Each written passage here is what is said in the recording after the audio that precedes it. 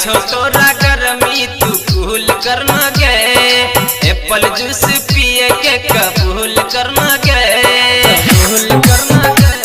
कबूल करना गे लागे छो तोरा गर्मी तू कूल करना गे एप्पल जूस पिए के कबूल करना गे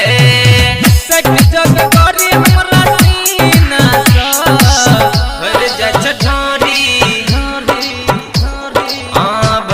छठोरी तोहर पसीना सगे डार्लिंग किन देबो ऐसी महीना एना किया करे हसीना तोरा देख देख छिके पसीना देखे में लागे छ करीना तोरा बिन दिल लागे कहीं ना डीजे संजय सम्राट आय तो मौसम से बनल बेसाराम गे गोरी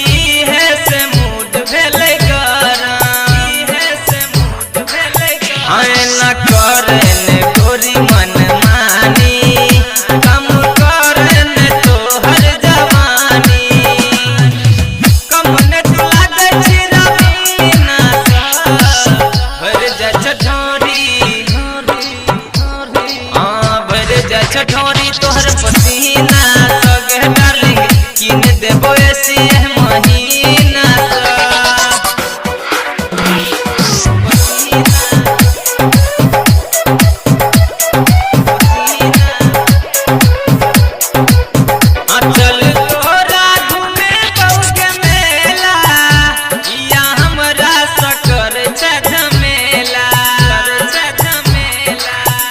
तोरा बॉडी के गर्मी बुझाए छो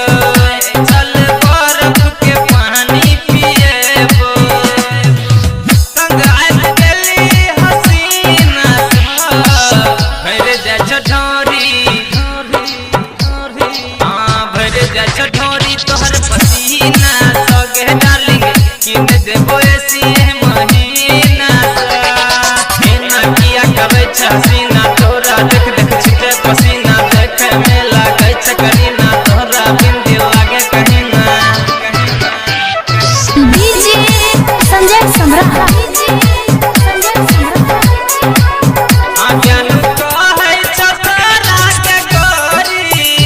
बात सुनिल के मन कनी लही तोरा देखी कने भैया बरदास हमरा लागे छ तू ही बरखा